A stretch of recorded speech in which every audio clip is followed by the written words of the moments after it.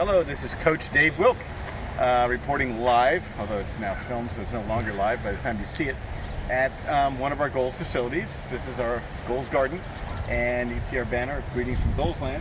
And the project today is going to involve my aerobic project, my exercise project. It's actually going to be down here at Goals, weeding and improving the garden. So we're going to walk in, I'm going to show you some of the tools we use. I'm also going to give a little background on how this garden came to be. It didn't just fall out of the sky. It was built by Goals coaches, designed by a Goals coach. Big guess here.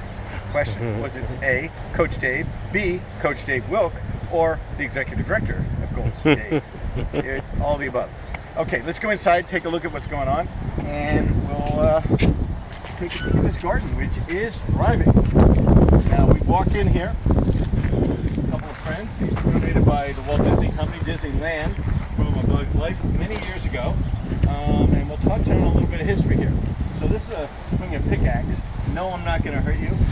Or whatever your name is. But this garden actually was built in and around 2012, about 8 years ago. And it used to be a vacant lot. This was considered the worst vacant lot in the city of Anaheim, and maybe in all of Orange County, maybe even the whole world. Who knows? But it was bad. And I used to come here every day, drive, of course, down La Palma Parkway, make a right turn on Homer Street, pull into my little parking spot at Goals headquarters, also a reclaimed building, subject of another video. And I would look at this lot and go, what's going on here? This is out of control. There were animal bones, garbage cans, all sorts of other antisocial stuff. There were needles and beer cans and stuff in here. So one summer, I got a group of our coaches and we just cleaned up the lot. We raked it, cleaned it, and we put down some ground cover. And I started thinking maybe we could turn this into a nice green pastoral place. And worked up a little sketch. I was actually flying on an airplane to New York City and drew a sketch of a garden. So we went to work, got approval from the city, actually acquired the land on a license agreement. So Goals doesn't really own the property. We licensed it. The city's good enough to turn it over to us. And we set about, over the course of several months, bringing in materials and going to work on building a trail, raised boxes, and other improvements. The garden has a circumference of about 300 feet around, and the trails are about 10 feet wide. So you can do the math. It's about 3,000 square feet of trails. I think there's 23 raised boxes in here. We planted a whole bunch of different types of fruit trees, fig trees, apple trees, pears, and peaches. There's a vineyard in the back, so we'll take a little tour, walking tour. But that's the history of the garden. Like a lot of facilities, they're great to build, they're a lot of fun, they take a lot of work, but to maintain them requires a tremendous amount of effort. And that's what we're here doing today. Every year, by the way, for those of you who are concerned that I'm not wearing a mask, well, I just want to show off something my wife made, a one-of-a-kind shark mask. Check this baby out. Bring it right in. Nice close-up. There's a shark there, and on the other side, if you want to see, there's some fish swimming around the shark. They're going to be eaten, of course.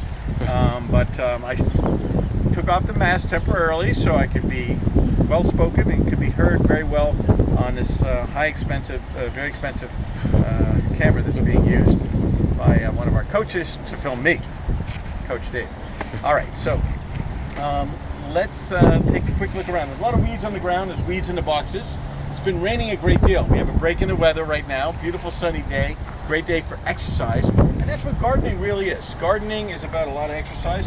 And like sports, you need some tools. This is a little pickaxe. So if I run into something that I can't grab with my bare hand and I want to dig it out, I'll use a small, or if I want to dig a little hole, a pickaxe is handy. I've got a big shovel. If I'm going to dig a big hole, like planting a tree, then I'll use a heavy-duty shovel like this, which has a nice point to it, and I can step on it, okay, for a little extra strength. With all the strength that I possess, I don't need to step on anything. I just use these massive and most very powerful arms. Got probably the most important gardening tool, at least right now, is right here. Let me take it out of here. And this is called a hoe. For those of you who listen to rap music, I'm not talking about certain things. This is just a gardening hoe, okay? So I won't even do a garden rap to entertain you.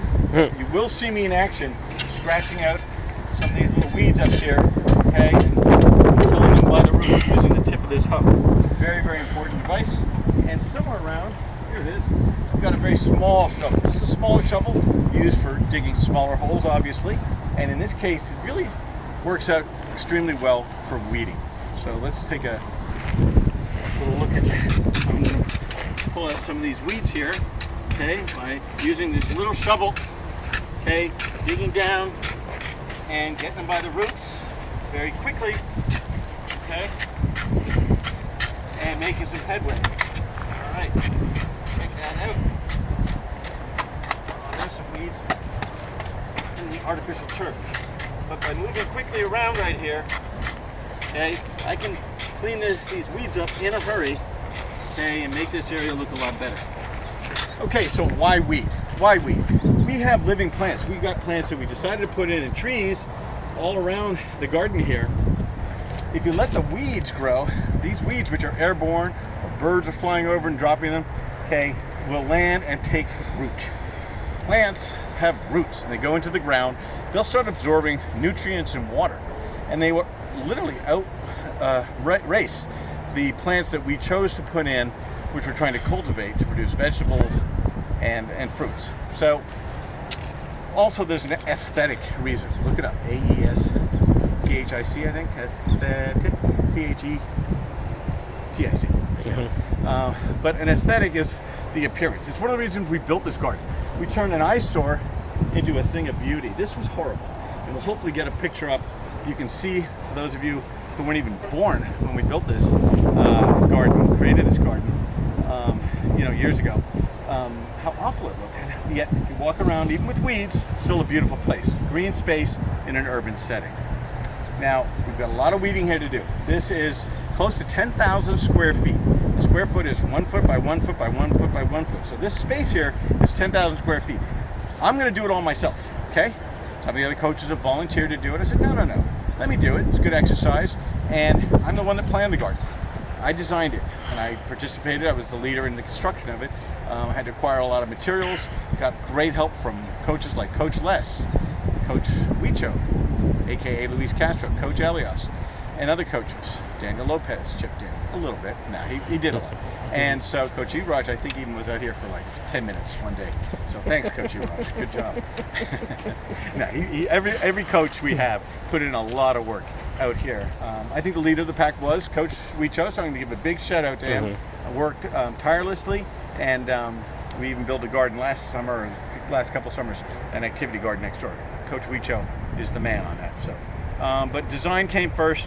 Products, all the products that we had to bring in, whether it's wood or decomposed granite. We'll cover all that in part 2 of our gardening film coming up, which you should tune into tomorrow. All right, I'm going to sign off right now, and then I'm going to go to work.